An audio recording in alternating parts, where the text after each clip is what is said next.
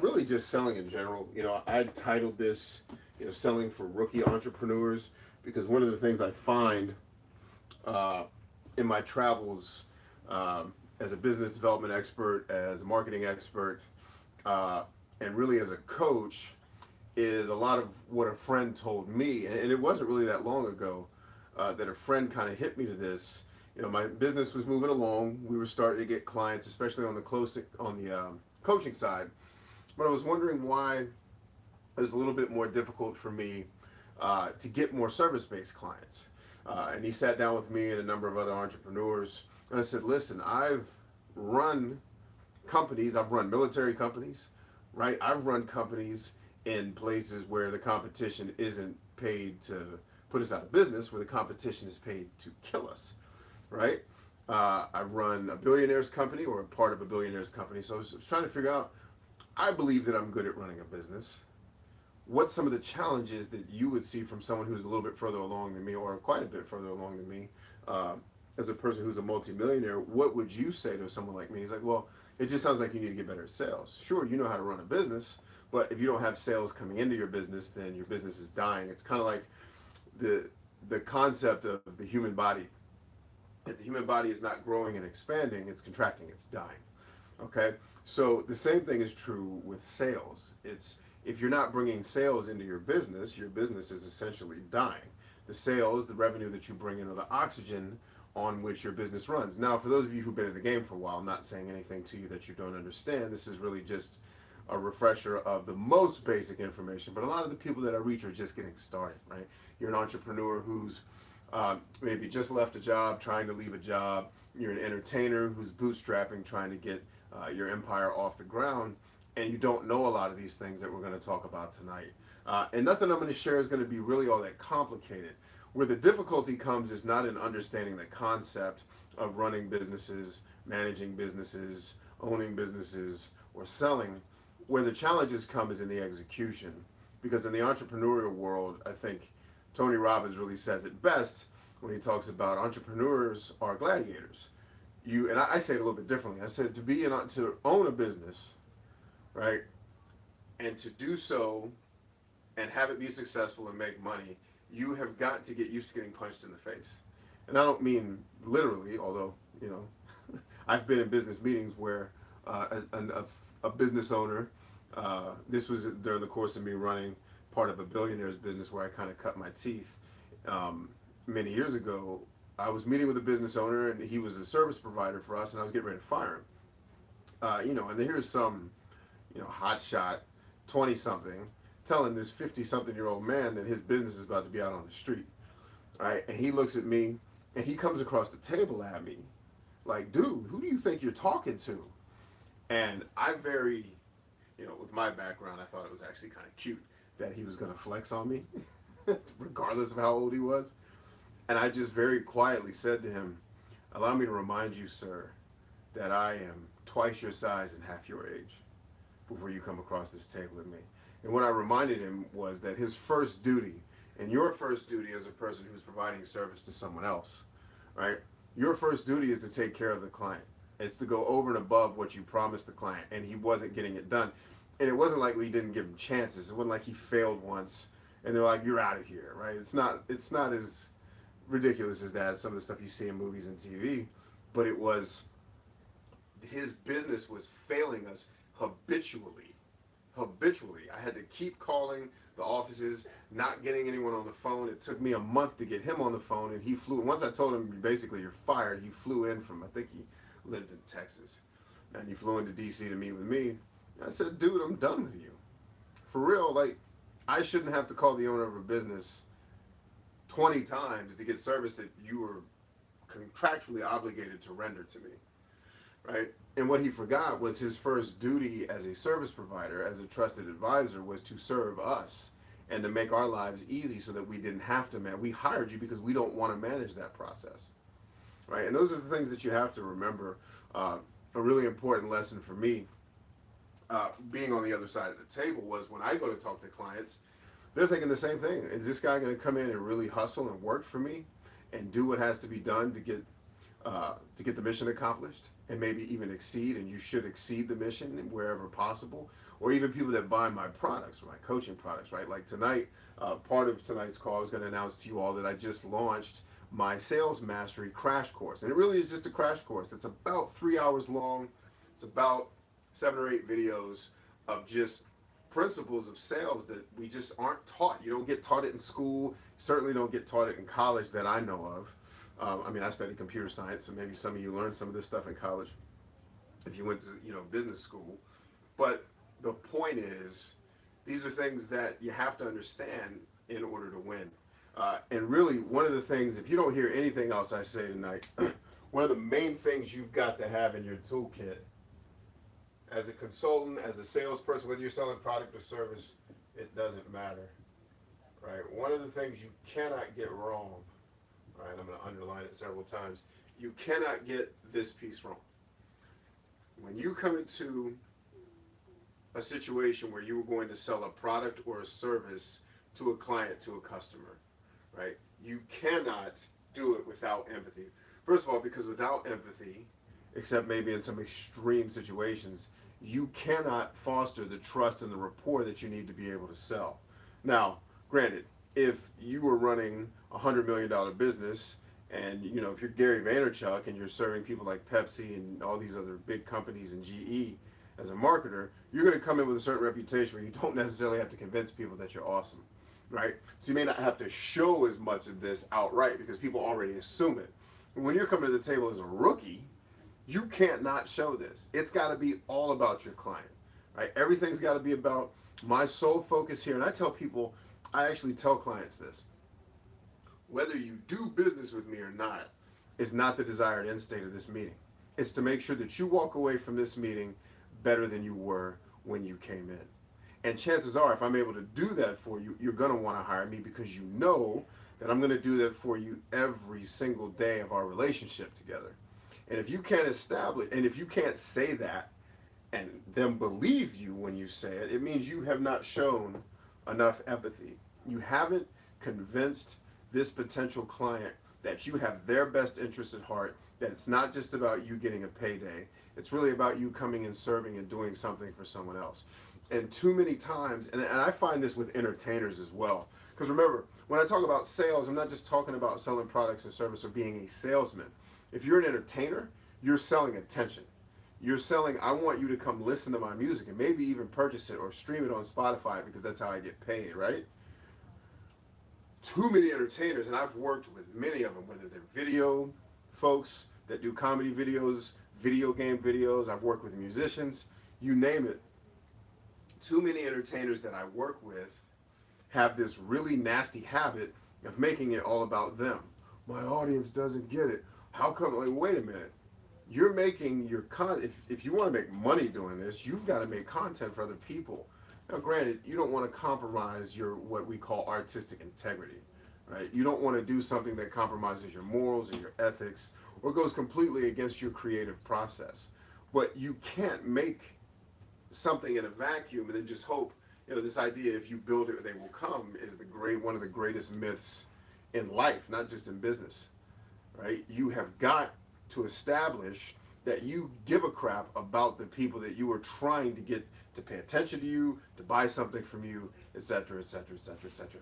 So if you get this one wrong, you can forget about everything else we're going to talk about in this brief video tonight, okay? You've got to show empathy. Your client has to believe, because first of all, they already believe it, but they have to believe that you believe it's all about them. They come into a client sits down with me, and they've got a picture in their head of where they want to be. And the reason why they've taken the meeting with me is because they believe in some way, shape, or form, I'm going to get them to this vision. That's what they're thinking about when they're talking to me. They're not thinking about paying me my fees. They're not thinking about my children back in my house and my wife and my mortgage. They're not thinking about any of the stuff about how this is going to affect me. Their whole mindset is on how is this other human being going to come in and get me to where I want to be in terms of my business, whether it's more revenue, it's more reach, it's more fill in the blank with whatever more means to you. When a listener listens to your music or watches your entertainment, it's all about them. They're not watching the video thinking, I really hope this person succeeds at all they do in life. They're thinking, literally, as an entertainer, because I've been an entertainer, when you stand on stage, everyone's looking at you like, all right, let's go. What are you going to do to entertain me? Because I'm bored and I'm an American. And my life is really amazing, but that means I'm bored. So get busy, dancing, singing, man. Make me laugh. Do something, right? That's what now they're not thinking it maybe quite so jerkishly, but in the subconscious, that's exactly what the audience is thinking. And that's what your clients are thinking, right? It's how are you going to help me? I don't come into a meeting talking about I'm awesome and I'm one of the best people I know at search engine optimization. And that's the truth, but my client doesn't care about that. In fact, I'm working a deal for search engine optimization with a real estate brokerage right now. And it was funny because the question they asked me when they asked me, could I help them? It was a very basic thing they were asking me to do. So in the back of my mind, I was like, is that all he thinks this is? Right? Like, no. Yes, I can do that. And I can do 1,000 times better than that. Right? But it doesn't matter. He doesn't care that I'm the most awesome search engine optimization person in Washington, D.C. Right? And I've been in this, like I tell clients all the time when they ask about me, look, I've been in this game since it was message forms on Prodigy. Right? I've been in the game since before social media had a name. It hasn't changed. Now, the technology is advanced. It's gotten better. But the way we behave hasn't changed at all. The only thing I'll say that's changed is we consume more. Period. Nothing is different about Facebook. Nothing going on Facebook wasn't going on Prodigy message forums. Except for obviously you're playing video games. There's things that you're able to do. But in terms of the human interaction, it has not changed. There's arguments about presidents. There's arguments about entertainment. There's arguments. There's people showing love to each other. Congratulations, you had a baby. None of that stuff has changed. But my audience, my client doesn't care that my expertise, if you were to pin me down into a pigeonhole of what I am absolutely the best at, it's search engine optimization, it's YouTube marketing, right? And it's Facebook marketing. Those are my 3 biggest strengths. Now, I can do things. I'm also really good at LinkedIn, right? But they don't care about that. They don't want it's funny because people I know that that are working in jobs, right? They'll ask me, so, do your clients ask you for your resume? I'm like, no, my clients don't care about my resume. They care about, can I get results for them? Right? And I have to be able, by the time I'm done talking to them, they have to believe that I am the solution to whatever problem they have. Let's see, we got some comments that came in here. We have, is that Sir Batman? I like that name. How's it going? I'm really interested in this because I'm a hard worker, landscaping, construction. Awesome. And primarily a people person, but I've never done and don't know the sales aspect. Good. Well, you're going to learn some of that tonight. Belgian Dan says, when the client chooses you, it means they have faith in you to deliver what they want. And that's absolutely right. It's absolutely right. And that brings us to number 2. All right? Let me just write it over here. Number 2. All right, I'm just going to write 2 words. No sales. What does that mean? Okay? Something really, it's a principle that I learned long ago, but I had kind of refreshed on it. This is a really good book I recommend everyone to get. I actually, if you get into my, when we're done talking here tonight, if you get into my Sales Mastery Crash Course, which by the way, this video is going to be in the Sales Mastery Crash Course as a bonus video for folks that may not watch a lot of my content on YouTube.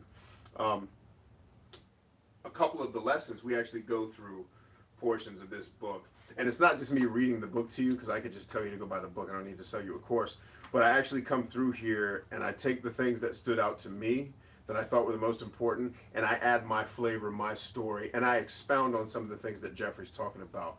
Really powerful sales professional here. This is a person that I've actually met on the internet, not in person, but I've talked to him a number of times. He and I actually talked about the Philadelphia Eagles winning the Super Bowl. And matter of fact, I need to hit him back up because after the Eagles won, I made a comment to him because people were telling him on his show, stop talking about the Eagles, you're going to jinx them. And then I said, because Eagles fans are the most superstitious people on the planet. It's freaking hilarious to watch. And people would call into a show like, stop talking about the Eagles. He's a Philly fan. And so is my brother. So I had some vested interest. And he was like, I'm not going to stop talking about the Eagles. I want them to win. They're like, shut up, you're going to jinx them. And I said, Jeffrey, you know, if the Eagles end up winning the Super Bowl, you're going to have to do this on your show every year. Otherwise, Eagles fans are going to march up to your show and burn the building down. Right? So, anyway, definitely check out the Little Red Book of Selling from Jeffrey Gitomer. It's an easy read. This will be in, if you're in my 52 book challenge, we will eventually cover this book. But you're getting the preview now. But one of the principles he talks about in the book, and something that I learned, God, I don't know how long ago in business, is that nobody, anywhere, anytime wants to be sold to. Right? And I'm going to illustrate this for you in a minute, and I'm going to give you a counterpunch to how you get around it. No one wants to be sold to. It's annoying. It's invasive. But everybody wants to buy. Right? I'm going to be doing a video in my 69 Pillars of Success, one of my free courses, where I'm going to show everybody my Nintendo Switch. Right? So I have a Nintendo Switch that I got because I needed a way to decompress at night and not like I'm kind of an obsessive person. I have obsessive tendencies, and when I'm working toward a goal, which right now my family and I are working to build revenue, one, to pay off the house that we're in and then move out to a farm, right? And we want to do that as a service to the family that provided us with this home. And it's going to cost us probably, depending on how I do some of the wiggle work, it could cost us upwards of about $2 million plus, right? So I'm obsessive about I've got to get to this goal, not because I want the money or I want a castle on a farm, even though I tell my family that's what we're going to build. It's because what the farm represents is an opportunity for me to provide something to my family that's very powerful, like my father gave me, right? But not just my family, so many of you, because eventually what's going to happen on that property, I'm going to build a coaching facility where I'm going to have people like you actually fly in to come meet with me in person and do a lot of this coaching one-on-one, where we can have, group coaching sessions, but then breakout sessions where we can do one-on-one talks like a lot of the people that I've purchased coaching from. And that's something that I want to give back to the world. I want to be able to use that facility to reach millions virtually and in person. And so I can get obsessive, but it's like I can't. One of my friends taught me years ago, never go to bed working on business. Like decompress. Sometimes you got to turn it off, and sometimes I struggle with that. So the lesson in the 69 Pillars is sometimes you got to unplug and you got to have some fun. So I've been playing Zelda, actually, which is really crazy because people that know me as a gamer know I hate that series after the Super Nintendo. But this new Zelda is actually really good when it's not being cheap, which right now I'm stuck on a level. Anyway, the point here is nobody ever wants to be sold to, but they always want to buy. And the point I was making was I went out, I didn't need anybody to sell me the Switch. I went out and bought it. I wanted it. I wanted to play some games, right? I needed a way to kind of, the Bible talks about cast your care on the Lord for he cares for you. And I believe entertainment is one of those ways where we just cast our care like, get this stuff off my chest. Let me get out of my own brain for an hour and just relax, right? And so if I had gone into that store and they had been all over me, like, hey, man, you want to switch? You want to switch? Hey, man, hey, check out this Switch, dog. Hey, you want to switch? I'd have been like, no, dude, I'm going somewhere else. You're on my nerves. And that's, by the way, how so many of us sound. And for my entertainers, I have a Reddit video that does really well on YouTube. And it's because when I went to Reddit, I went with the express purpose of at the time I was writing, not making videos. I write a lot of content that I think is really helpful, and I'm going to share it with these people. I didn't really know that the rules of the road on Reddit where you never share your own stuff, even if it's meant to help other people, which I think is somewhat ludicrous, but I get why they do it. Right? And I got shadow banned. I got people that follow me back to my website yelling at me in my comment section on blogs that had nothing to do with, so I teach that lesson. Because the people on Reddit thought I was trying to sell to them when it couldn't have been further from the truth. I'm not trying to sell you anything. Like, this information is really, I've helped millions of people with this information. I'm just trying to give it to you. Like, here, boom, I don't get anything out of it. I'm not monetizing videos. Like, it's fine. Right? But the point is, they took it as, who is this dude? We don't know you. You don't have any trust and rapport. You didn't show any empathy to the way we live in this space. You didn't respect it. So now we hate you. Now you're just a sales guy, even though it wasn't my intent, right? So no one wants to be sold, but everybody wants to buy. And I'll give you a practical example that you've experienced in your life. When you walk into Best Buy, if you have a Best Buy, inevitably, one of the first things the person says to you is, welcome to Best Buy, can I help you? And immediately, I guarantee 99.99% of you say no, because I don't want to be bothered. I'm going to the back to look at whatever I'm here to look at, right? And that's what I mean. Like, I'm at Best Buy to buy something, but I don't want you to sell it to me. I just want to buy it and have a simple experience and get out of here and not be bothered by you. The same thing is true with your clients. No one wants me to shove any of my programs down their throat. Like, you really need to buy this. Even though I would argue that almost everyone that watches me would get amazing results if they took my programs, right? But nobody wants to sit here for an hour and listen to me talk about how awesome my programs are and why you should buy them. Nobody's going to do that because it's annoying and it's invasive and it's kind of shady, right? And it's desperate sounding. But when someone has a need, they'll come find me. And they do. Like, hey man, they'll send me an email, saw your program, yada yada, I'm down. How do we do this transaction? They want it, they just don't want me to force it on them. Now, the way you get around that as a salesperson, so that you don't seem like you're selling, but you're respecting their buying, what people at Best Buy would be better off doing, instead of saying, welcome to Best Buy, can I help you? They'd be better off saying, hey, welcome to Best Buy. Have you been to this location before? Right? Because whether you say yes or no, they can have a conversation with you. If you say no, then they can respond with, well, can I help you? And granted, in Best Buy, they don't make commission, so it's not the best example in terms of selling, but they can say, okay, well, what location do you typically go to? Can I show you how our store is laid out differently? Or if you're looking for a specific section, I can help you get there. If you say yes, then they can share with you something about the store that's changed since the last time you were there. Well, since you've been here before, are you aware that our 4K TVs are all 20 to 40% off? That's how, if I just ask, can I help you? No, I'm out. I don't want nothing to do with you. Get out of my face, right? That's how that works. No one wants to be sold, but everybody wants to buy. And I just gave you kind of a bonus tip here where don't sell, put yourself in position for someone to buy from you.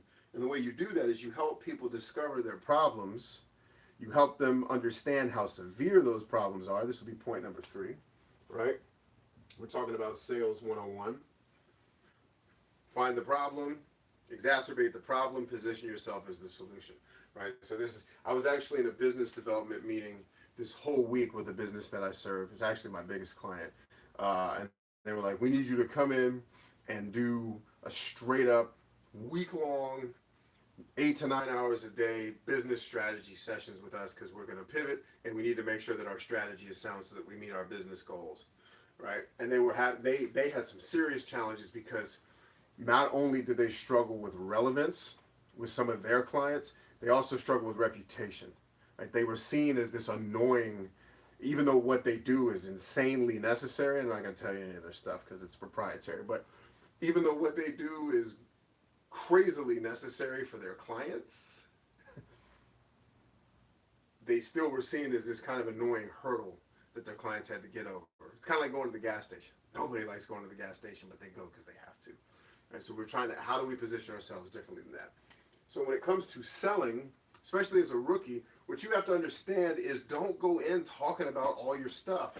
Like, I got a social media master university, and in there, I help entrepreneurs and small businesses build a personal brand around what they do, to help them promote their business, to help them become greater as creators, to help them sell better, right?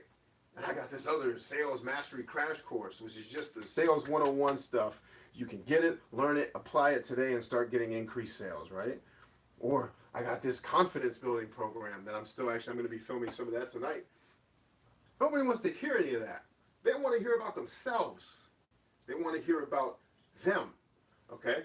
So your job as a salesperson, and that's probably the number one rookie mistake that I see, is people jump in and they start talking about themselves. First of all, you start talking. Shut up and listen. Listen to your client. They're going to tell you everything that they want you to know about what they need from you. Okay? So if you just be quiet and let them talk, they're going to give you so much ammunition to use on them, and I don't mean in a bad way, to help do business with them if you just be quiet. Right? And that's coming from a dude that runs his mouth. I run my mouth for a living. Public speaking, coaching, right? Sometimes like on those strategy sessions, I talked probably 8% of the time. Out of all the hours we spent together, I probably did 8% of the talking. Most of the time was me shutting up and listening to the people in the room debate so I can understand all the different perspectives and help them put it together, right? So one of my strengths also, we were talking about, kind of my niches, is business development and strategy. Like I'm a master at that. But nobody wants to hear that crap. They want to hear about, like if I walked in, all right guys, yeah, it's me, Brian, listen, expert, master at business strategy, so you're welcome, all right? Cool, let's get busy. I would have lost the audience and they probably wouldn't have asked me to come back. No, I told them from the jump.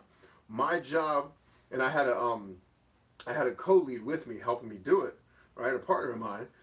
And as I was going through it, I said, our job is to shut up and let you all tell us what you need so we can help you do it. I said, we will talk the least out of everybody in this room. All right? So, in the one-on-one, the sales one-on-one,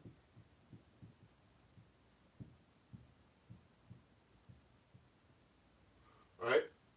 And when I taught them this, it's not just finding problems, it's finding your client's most significant problems, right? Especially the ones that you are particularly positioned to solve, right?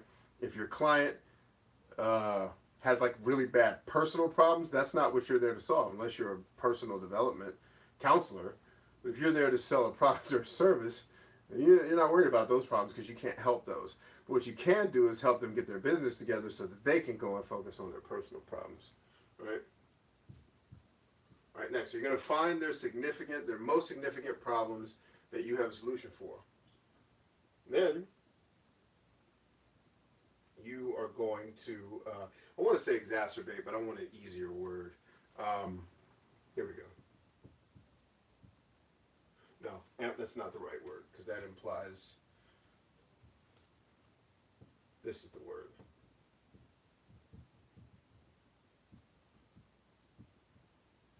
All right, you're going to find your client's most significant problems, and then you're going to magnify those problems because all of us, and this happened in the strategy sessions too, the leadership in the company were, as the group I was working with said, the leadership puts their head in the sand and they don't want to focus on their problems. And all of your clients are going to do that to a degree. They don't want to believe that their problems are as bad as they really are. It's your job to make sure they understand they do. Not to manipulate them into a sale, but to make them understand if they don't address this, they're going to have bigger problems. Right? Their business is going to be in trouble if they don't address this. And by the way, that's your job. Some people think that's manipulative. Fine. I am okay with manipulating people if it's for their own good. And I'm not saying that I define what good is to them. If you have told me that you want to get in shape and you're struggling to get to the gym every day, I am okay with manipulating you if it gets your butt to the gym. And at the end of it, you're happy. Right? I'm okay walking in with a mirror and saying, hey, homie, you gonna eat all that ice cream? Stop. Magnifying the problem. Slightly manipulative, but it's totally okay to manipulate people if it's for their good and not for your pockets. All right, so let's make sure we get that straight. People always say, oh, it's so manipulative. But Earth is about manipulating other people. And we use that word, it's got a negative connotation, or maybe influencing is a more comfortable word for you. Right? You're going to influence them to take action. Right? But at the end of the day, if it all comes from love and empathy and a desire, like Sun Tzu said, the greatest generals are the ones that that love and treat their soldiers as their own dear children. That's leadership from a position of love and empathy. Your perspective of the military maybe it's go, go, go, go, do what I say, and screaming and hollering. It's not how it works. Okay, especially when you're in the fire zones, man. When you're getting shot at, ain't all that screaming and hollering and chest bumping.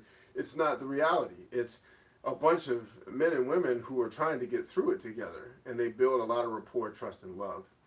right? So I'm okay with you magnifying the problem if it's for their good. And I don't, by the way, let me be very clear. I'm not saying you make the problem bigger than it is. I'm saying you give them a magnifying glass and say, look closely at the problem. If you don't address this, you tell me what happens next. And I had to do that with a client not too long ago where it's like, okay, I get that you are getting cold feet. But if we don't address this problem, we're not going to be talking about a loss of sales. We're going to be talking about you starting another business because this one isn't going to make it. And they were like, and they even told me, yeah, you're right. They were trying to minimize the problem. Like, this is not a small problem. You have no sales, right? Or not no sales, but your sales are not where they need to be in order to make your company profitable, which is going to really piss off your investors if you don't eventually get to that point. Okay? So you have to keep that in mind. Magnify the problem. And then, most importantly,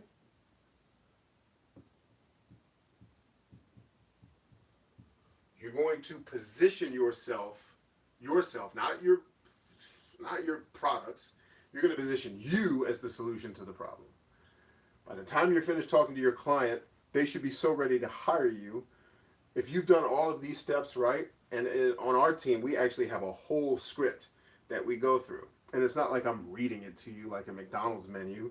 It's a script of things we have to do in order to get the client to this point where at the end of the conversation, they're like, if we don't hire this guy, we're fools. Like, if you do all of these things right, by the time you get finished talking to a client about your product or your service, right? Or maybe you're selling online, your website is taking them through this process, which is a little bit harder, but it can be done. By the time you get here, I've literally had clients say, okay, so what happens next? Before I can ever say, because usually when we get to the end of our scripts, it's, okay, here's what's going to happen next. You're going to pull out your wallet. You are going to stroke a check for this amount of money, and you're going to do that every single month. And then we are going to get to work immediately. As soon as I leave your offices or wherever we are, my team's going to get to work immediately. And by the way, we already started working when we knew we were going to have this meeting so that we're not waiting, all right? So we can take action immediately and start getting you results, right? I've had clients cut me off before I get through the script and say, dude, when do we sign? Let's go. Enough with the talk, right? I've had clients tell me straight up, like trying to get them on the phone, like, I don't need to get on the phone. Where's the button? Let's get it. Because we've done our work up front to make them understand, one, we care about them just as much as we care about ourselves, and we are going to draw the short straw. Now notice I said I don't convince my clients that I care about them more than me, because that's false. That's just a lie. And that's not beneficial, because if I don't care about me, then how can I properly care about you? Gary Vaynerchuk says one of the best ways to be selfless is to be selfish first. And he's absolutely right. If you've ever been on a plane, they tell you to put your air mask on first before you help your kids. And if you fly Southwest, they say put your mask on first. And if you have multiple children, pick the one that has the highest earning potential to do that first with, right? Which I think is hilarious. Some people probably don't. But those people probably also don't have children, right? And so, same thing in the military. If you were in an environment where you were fighting and you got hit with gas and you had to get your mask on, you can't help anybody else until your mask is on, right? I'm not convincing them that I care more about them than I do myself. I'm convincing them that I care about us equally. However, I am going to take the shorter end of the stick in this deal to make sure that you always win. Why? Because I want to keep doing business with you. It's selfishly motivated, and I'm honest about that.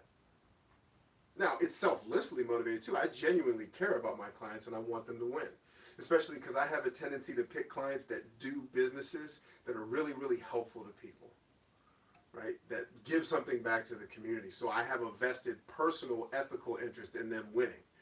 And I pick clients like that on purpose because then I'm that much more fired up to help them win, right? And then I'm going to come in, I'm not selling you anything.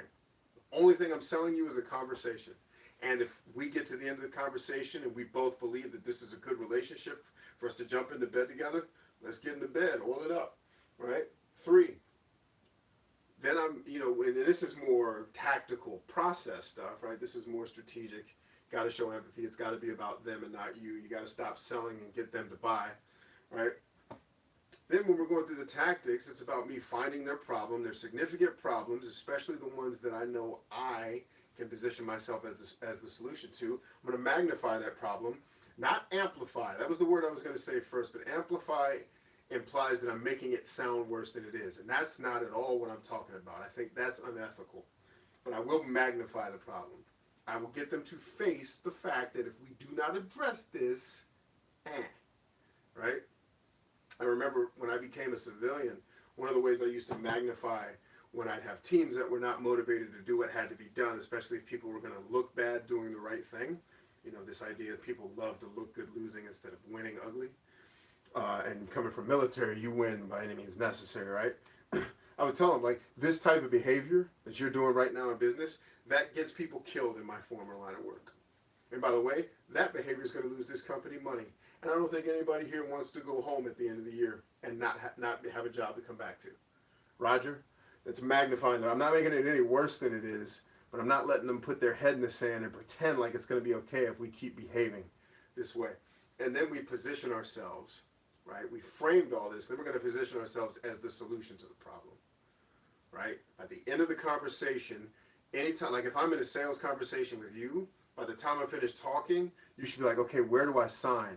I got to get on board. I got to learn more about sales from this dude because it's going to help my business. And my business isn't where I want it to be.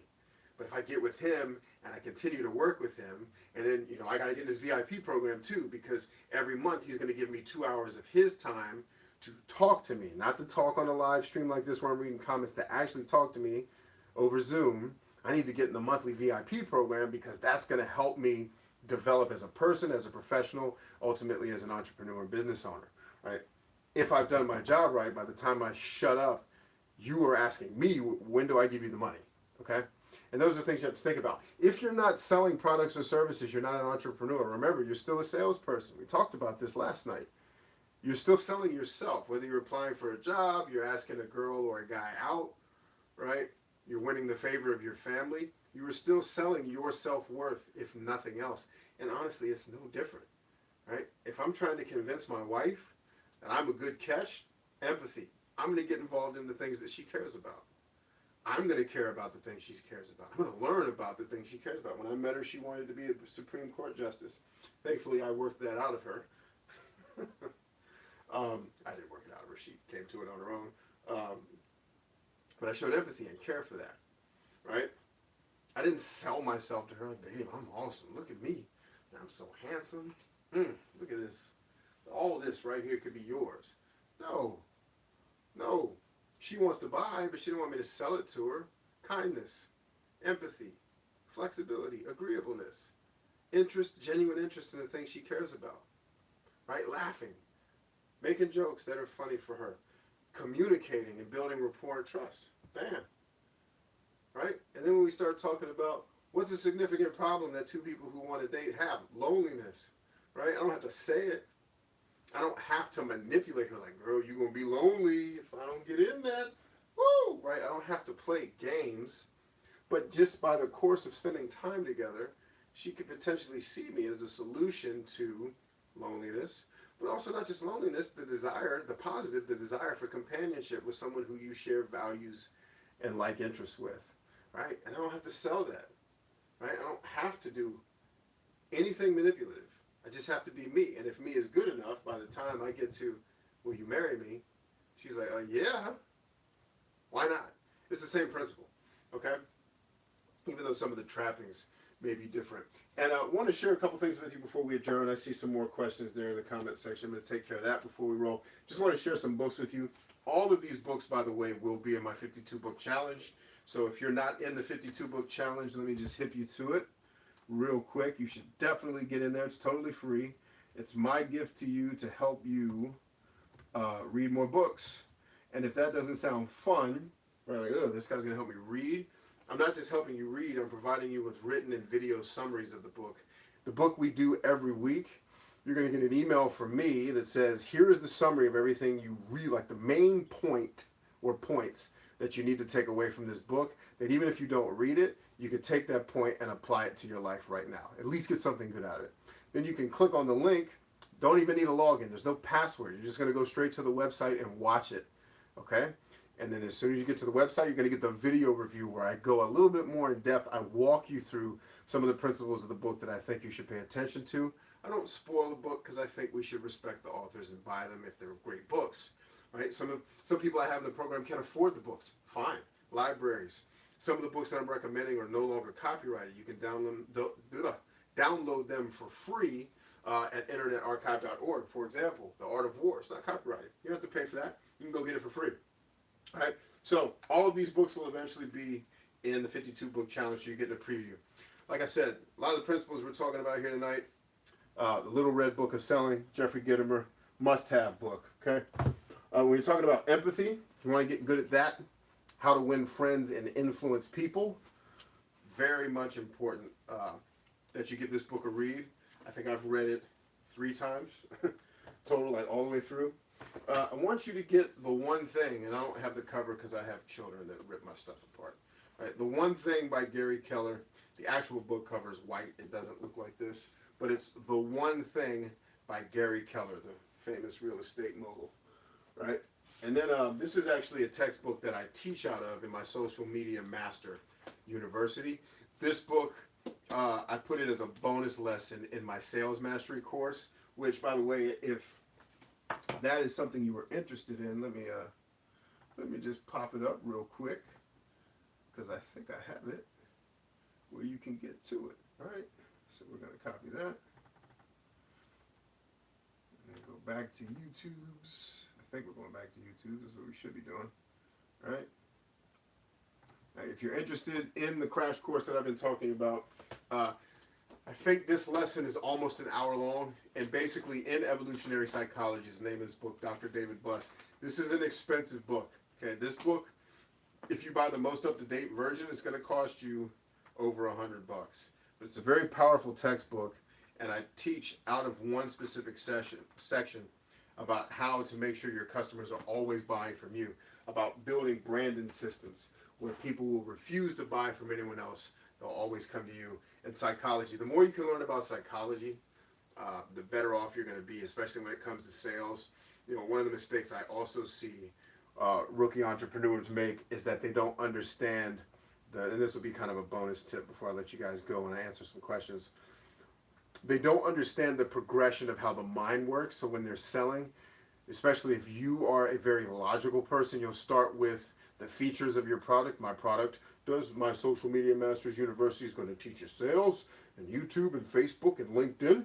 And then there's going to be a section where I show you the strategy that I've used to build. You start with very logical, very boring features of your program. And you don't understand when people are just learning to build trust and rapport with you, they're actually buying on emotion. And every purchase is actually an emotional decision, believe it or not. It's not logical. Even though as you get down the road and you're more successful, you can make decisions a lot more logically. But when you're new at selling, you have to know how the brain works. Everything starts back here, right?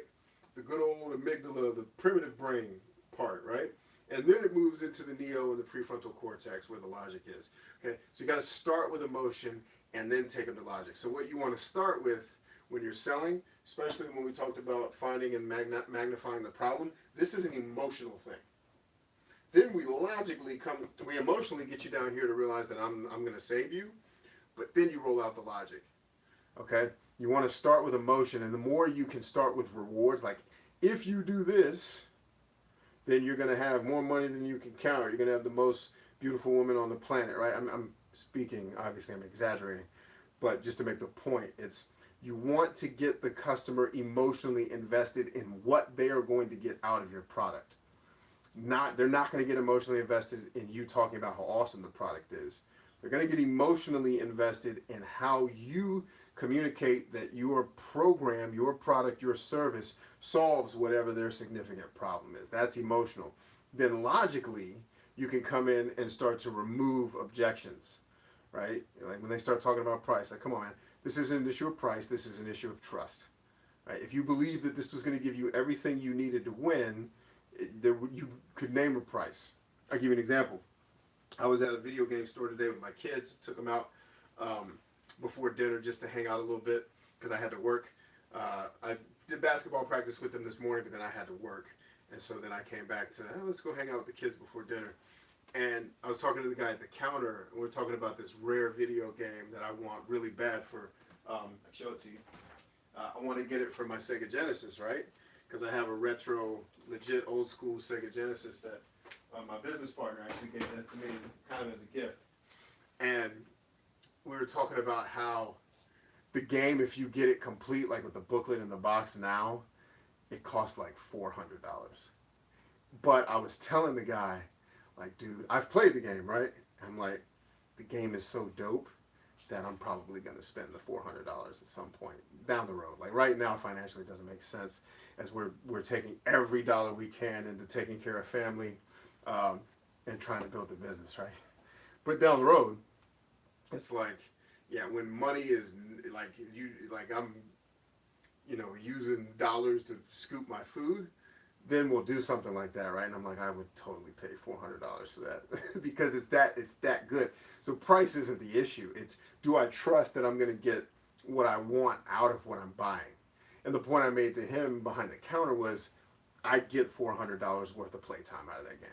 Like I would play it so much that the fact that it cost me $400 really irrelevant, because I'd probably play it and beat it every week because I love the game that much, right? So those are the things that you want to think through. Let me take some questions here. If you've been listening and haven't put your questions into the comment section here, definitely do that now, because I'm going to basically answer whatever's in here and then I got to roll. So let's see. We have, this is not a real person, so they need to be cut. Yeah, let's cut these people. That's not an actual question. That is spam. Let's report it. Yep, that's exactly what that is. And we'll cut that. All right, so YouTube should go get them. Belgian Dan says, so their success becomes your success as well. Exactly. One of my dear friends in business and really kind of a mentor to me, his slogan used to be, our brand is your success, right? Like our reputation is your success, not ours. And I believe that. It's, if I'm not getting you results, I give you all the ammunition you need to get rid of me. Like, we have money back guarantees. We have cancel any time for our monthly stuff. Like if it's not getting the job done, you should get rid of us if we're not getting the job done, is the way we look at it. But we always get the job done, right? So yes, if you're winning, then I'm winning. And that's, unfortunately, so many people don't approach it that way. Like if your clients are doing better, they're going to want to keep you around longer. So go the extra mile, as Napoleon Hill actually teaches a lesson on going the extra mile. Let's see. Jessen Dowie says, oh, I'm late. Well, there'll be a replay, and I'm going to upload this as a bonus video into our sales mastery masterclass. I also have quasi-decided, even though I think the program is finished, there's some content that I'd like to potentially add to it, even though I think I covered it tonight. I may just let this video suffice. There were some pieces that I covered in tonight's video that I didn't go into great detail in the programming, because it's a one-on-one level course where if you're a rookie and you need to learn how to sell, this is a crash course that's it's gonna at least let you hit the ground running and start actually making some sales when you apply the principles. It's not gonna help you sell a contract to General Electric for $1 million a year, right? But it will help you sell a product, sell a service to a client. Let's see. Authentically Her says, thank you for all the valuable information and your time. Thank you. Mystic Days says, thanks a million for your time. Stay blessed. Thank you, Mystic Days. Any other questions? Because if there are no questions, and I always like to pause for a minute, because I know there's a delay between when I say it and when you all hear it. There's like a 10 to 30 second delay depending on the connection and how YouTube's doing. So I'll pause for just a couple more seconds to see if there's any questions. Definitely the 2 links that I put in the comment section. Get in the 52 book challenge. It's completely free. There's no fee. There will never be a fee associated with that. That's my gift to you. I just believe that, he who is given much should give much. That's a gift to you that I will never, ever, ever charge for. Well, I guess you don't ever want to say never. At present, I never plan to charge for it because I think it's a really good thing that I should be giving away for free, because it's stuff that I'd be doing anyway. Maybe not making the videos and writing the reports for you, but in a strange way, doing the videos and writing the reports helps me too, because it helps my brain wrap around the content. So I get a benefit out of it too. All right. 69 Pillars of Success. You can see all of my programs. Let me give you one more link so you can see my free and paid programs. Uh-oh, it's not going to work. And I hope these links are working. Sometimes YouTube is kind of whack when it comes to that. So if you go to my coaching page on my website, it's got all my programs. It starts with the free ones, the 69 Pillars of Success, 52 Book Challenge, my YouTube ebook that I wrote a couple years ago, and then it moves into the courses like the Sales Mastery Crash Course, which, by the way, if you get it today, the Sales Mastery Crash Course, friends, is 62, if I've done my math right, it's 62% off. And you can check my math because I'm about to show you.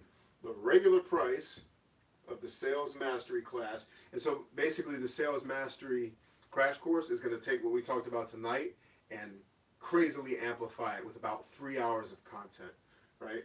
Regular price, once I raise it, starting tomorrow, is $97. If you join tonight, you are going to get it for $47, right? Neither one of those prices, both of these prices are less than what someone would spend on coffee every month. Or if you're like me, I don't like coffee, but I drink tea. Even though I make my own, I don't go to Starbucks unless one of my friends drags me over there. And I do that more for social than the fact that I like their tea, right? So if you do that tonight, also on my coaching page, you'll see a pre-order form for our Build Unbreakable Confidence course. I'm going to actually be filming some of that tonight because it's due at the end of June. I have people that have pre-ordered it. The pre-order, it's the same deal. It's $47 if you pre-order, right? And that $47 will stay in place until I finish the program, which I hope to have most of it done tonight and then the rest of it done next week, and then we're going to launch it. All right. So that's $47 too. It's going to shoot up to $97 as soon as I complete it. I've completed the Sales Mastery course. That's going to be $47 for until I go to sleep tonight, and then it's going to jump up to $97. So if you want more help with building your sales, growing your sales, especially if you're a newer entrepreneur, definitely check that out. I think there's a ton of value in there. It's actually taken from a live call that I did with my VIPs. So everyone that joins one of my programs has the opportunity to get into a VIP program that's a monthly fee. But that monthly fee basically buys 2 hours of my time every month where I sit down. Oftentimes I will teach for 30 minutes to an hour of the 2 hours, and then I give the second hour completely to Q&A. And the Q&A, I have people in the social media course. I have people in my personal development coaching program, which is closed right now. I don't have that open to the public.